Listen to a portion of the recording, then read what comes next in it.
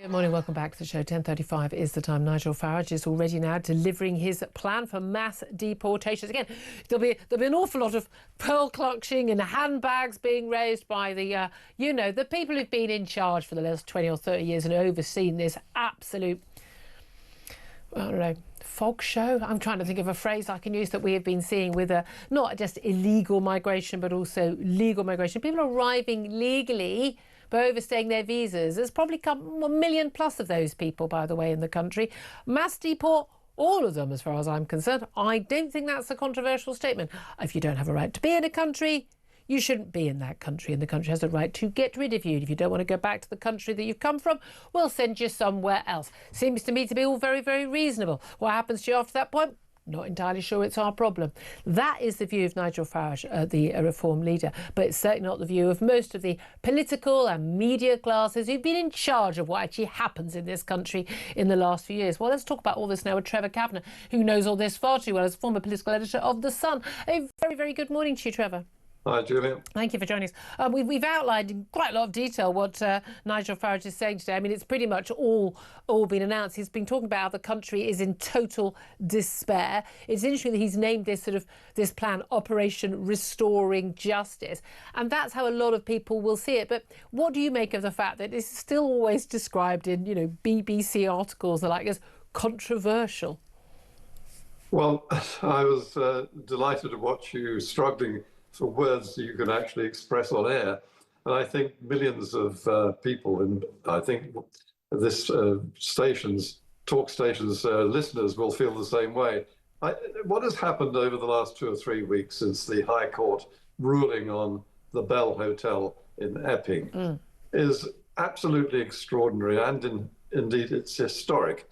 I think that we're having a form, at the moment, we're on the brink of a form of non-aggressive civil war, and Nigel Farage is leading one side, and basically it's the overwhelming majority of the British public, the voting public, against this elected government, and they see it as having failed dismally, not just having failed because it can't do it, but willfully failing because it won't do the things that they want done on immigration. And this is the thing, we're constantly told, this is a far-right view, a bigoted view, when we all know perfectly well it's not. And I had a conversation with some old family friends of mine.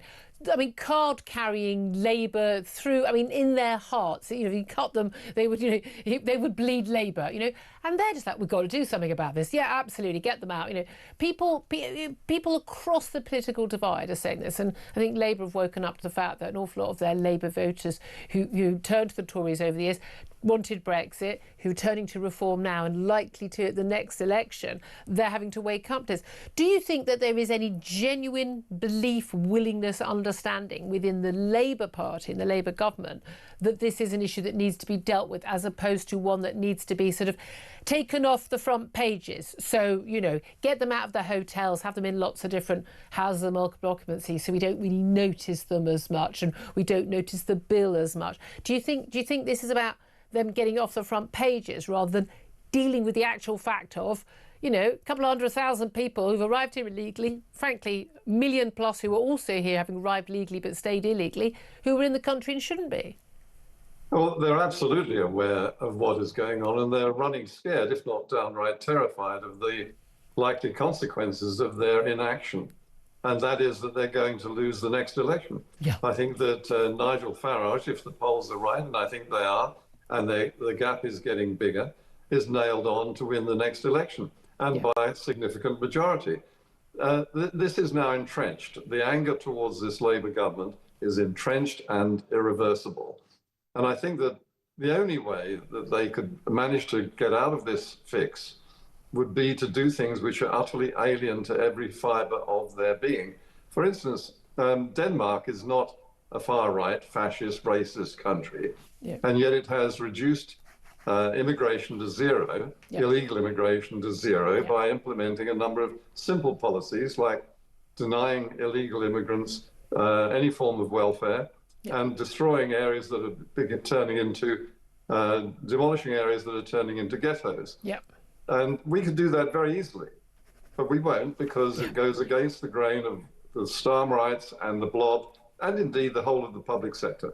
Yeah, I mean, and that is the thing, and that's why, again, it's always described as controversial when protecting your borders, preventing unknown people from foreign countries, when you're war-torn, arriving in your country, this is such base, job number one of any government. What did you make of Nigel Farage's conversation? I think it was with the Times, when they asked, okay, what about someone who, if you deport them back to Afghanistan or Eritrea or Sudan or wherever, if they are going to face reprisals in their home country? And he said, I don't think the world's problem should be our problem, to all intents and purposes.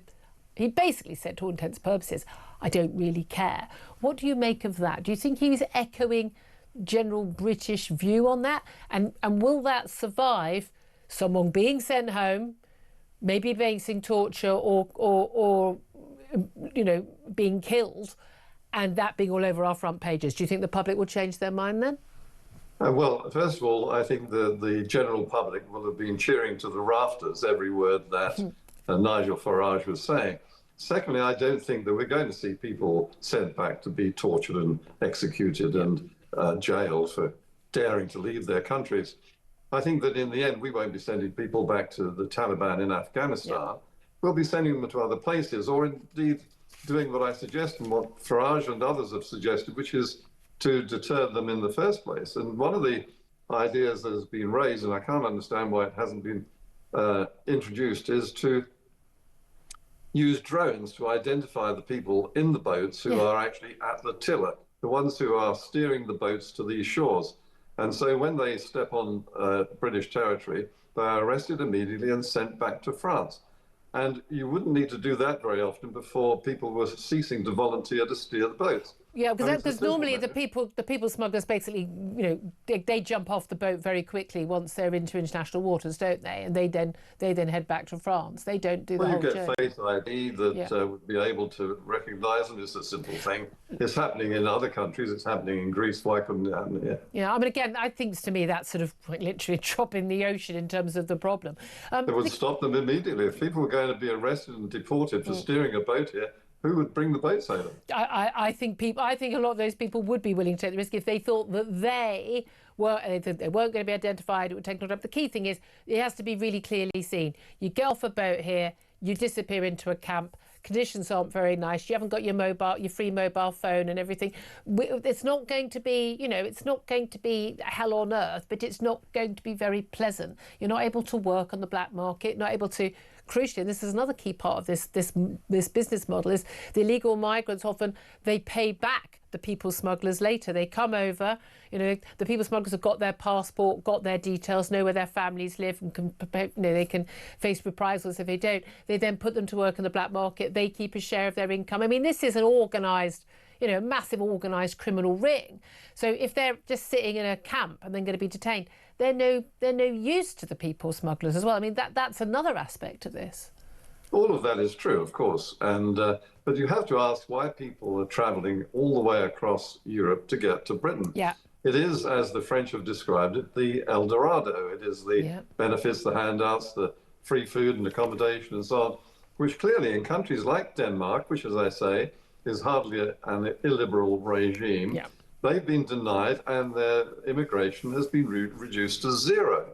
They are bound by exactly the same, indeed, more restrictions. I mean, they have freedom of movement. Yeah. We don't, or shouldn't.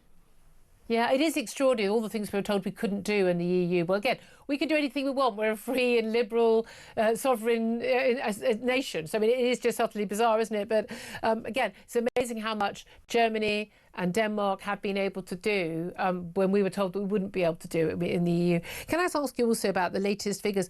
And again, we're seeing more and more of this. And this stuff was very much not put into the public domain, and I think very deliberately, showing that foreigners account for 1 in 7 sexual offence convictions in the last year, including rapes.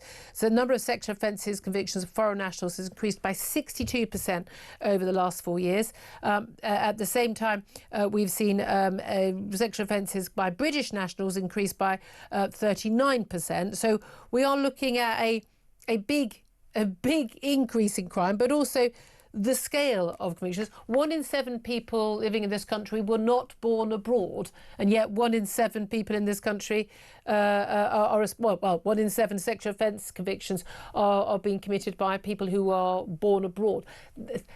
You know, that tells us that something is going on that, well, people are understandably concerned about.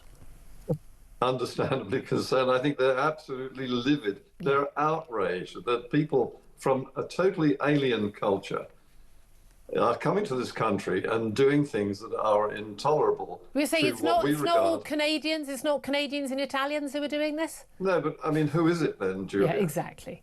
I mean, what can we say that we can actually express in words without breaching what they're trying to bring in as a blasphemy law? Yeah. And just relate this back to the Pakistani gang rapes. Yeah. It's exactly the same thing. That is the essence of what we're seeing, and it's being introduced to this country because we're failing to stop it. Yeah, it's really that simple, isn't it? And again, and people who talk about it, accused of being bigots, etc. Just finally, I just want to ask you about, again, it's a very Westminster bubble story, this, to a certain extent, although, of course, it extends all the way to Brighton. Angela Rayner, the Deputy Prime Minister, has been accused of having a big sort of property portfolio, her burgeoning property empire, because she's bought her 3rd home. Actually, it's her 2nd home. She owns a home in her Ashton-under-Lyme constituency. She's also bought a holiday flat, we're told, for between £700,000 and £800,000 in Brighton. She also has a grace and favour sort of free apartment given to her as Deputy Prime Minister in Westminster. But there's been a lot of criticism of this. Now, is she a hypocrite because she has criticised people buying second homes, pricing people out of the market?